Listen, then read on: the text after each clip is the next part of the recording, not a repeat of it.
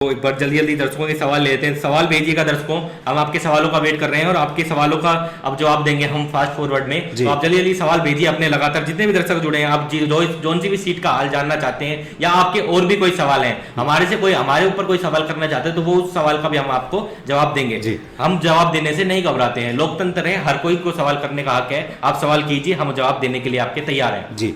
वहीं अगर हमारे एक दर्शक हैं वो दिल्ली के सभी सीटों का हाल पूछना चाह रहे हैं और मार्जिन क्या है उनमें जी। और एक बड़ी खबर आ रही है कि प्रधानमंत्री मोदी ने चंद्रबाबू नायडू से बात करने की कोशिश करी है, यानी कि राजनीतिक हलचल तेज होने लगी है, यानी कि प्रधानमंत्री अपनी चालें चलने लगे हैं और जो जोड़ तोड़ की राजनीति अब देखने को मिलेगी, हम लगातार इशारा कर रहे हैं, वो आपको देखने को मिलेगी। अब प्रधानमंत्री जी ने अपनी चाल चलना स्टार्ट कर दिया है। अभी आपको लगता है थोड़ी देर में इंडिया गठबंधन की तरफ से भी खबर आ सकती है कि ये भी अपने कांटेक्ट करने की कोशिश करेंगे लोगों से जी। सर, जैसा हमारे दर्शक जानना चाह रहे हैं दिल्ली की सभी लोकसभा सीटों का हाल और किस प्रकार का मार्जिन वहां पे दिखाई दे रहा है, तो वो मैं जो है दर्शकों के साथ साझा करने की कोशिश करता हूं। अगर हेमा मालिनी की सीट की दर्शकों आप पूछ रहे हैं तो हेमा मालिनी आराम से जीतते हुए दिख रही हैं अपनी सीट से, तो इसमें कोई अगर मगर नहीं रहा है। हेमा मालिनी मथुरा की सीट से आराम से जीतते हुए दिख रही है। एक दर्शक फिर कर्नाटक का हाल पूछना चाह रहे हैं। दर्शकों पहले हम दिल्ली का हाल जान लेते हैं 7 सीटों का, उसके बाद हम कर्नाटका पे चलेंगे और उसके बाद भी दर्शकों के लगातार आप सवाल भेजते रहिए, हम आपके जवाब देने की लगातार कोशिश करेंगे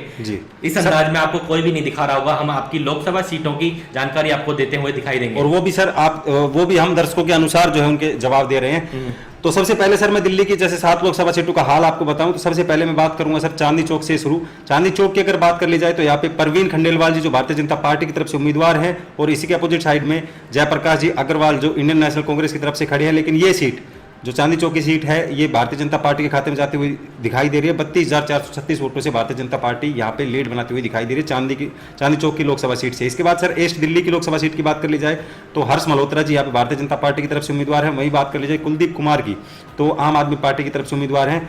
ये सीट भारतीय जनता पार्टी के खाते में 17,783 के अंतराल से जाती हुई दिखाई दे रही है ईस्ट दिल्ली की लोकसभा सीट। इसके बाद सर इससे अगली लोकसभा सीट की बात कर ली जाए जो न्यू दिल्ली की लोकसभा सीट आती है, इसमें आती है बांसुरी स्वराज भारतीय जनता पार्टी की तरफ से उम्मीदवार हैं। इसके अपोजिट साइड में आम आदमी की पार्टी की तरफ से सोमनाथ भारती जी जो है उम्मीदवार हैं।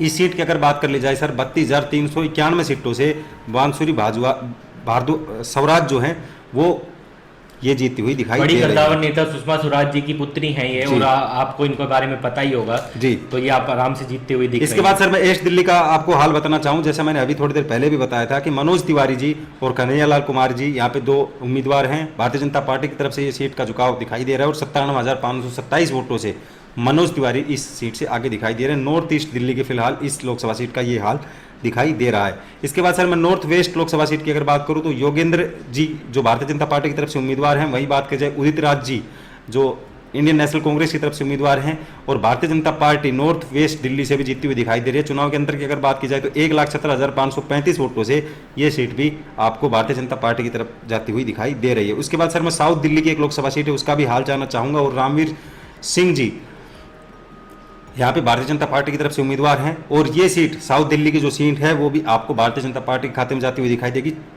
यहाँ पे अगर चुनावी अंतर की बात कर ली जाए तो 70,580 वोटों से ये सीट आपको लीड लेती हुई दिखाई दे रही है और ये सीट भी भारतीय जनता पार्टी के खाते में जाती हुई दिखाई दे रही है।